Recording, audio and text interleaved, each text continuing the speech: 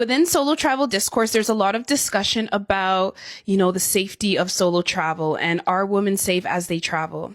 I think this is a very interesting argument because I don't want to totally disregard those people that say, you're going to get kidnapped if you solo travel or, as a woman, you're a vulnerable person, because those can be true in some cases. But I also think that it's important to be careful of this blanket statement because the likelihood of being kidnapped or harmed as a woman varies significantly depending on the destination that you travel, depending on your length of stay, depending on your carelessness, depending on the time of day that you decide to travel throughout the country that you're in, depending on your recklessness. So there are so many factors that you can adjust or manipulate to increase your level of safety in a certain destination.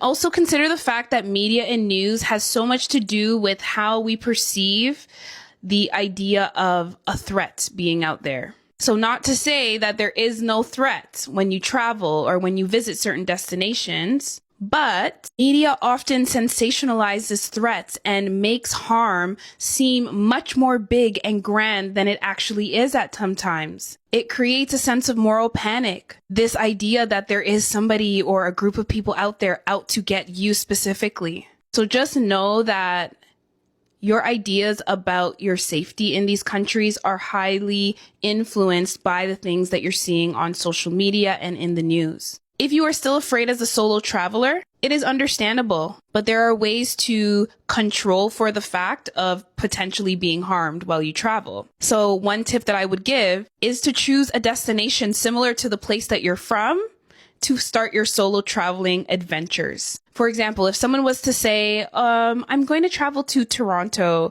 as a solo traveler, but I'm scared to be kidnapped, you would probably totally disagree with them. You'd be like, you're safe in Toronto. It's fine. Because me, as a person that has lived in Toronto for a long time, I've never had the threat or the experience of potentially being kidnapped here. Has this happened to other people? Yes, of course. But it isn't very likely. So if you're going to travel to your first destination, but you are a little bit nervous, maybe don't travel to the destinations where you actually hear that it is very, very unsafe, and get a feel of what it's like to navigate by yourself independently. And then you can try to launch to other destinations that are, a little further out or ones that step outside of your comfort zone.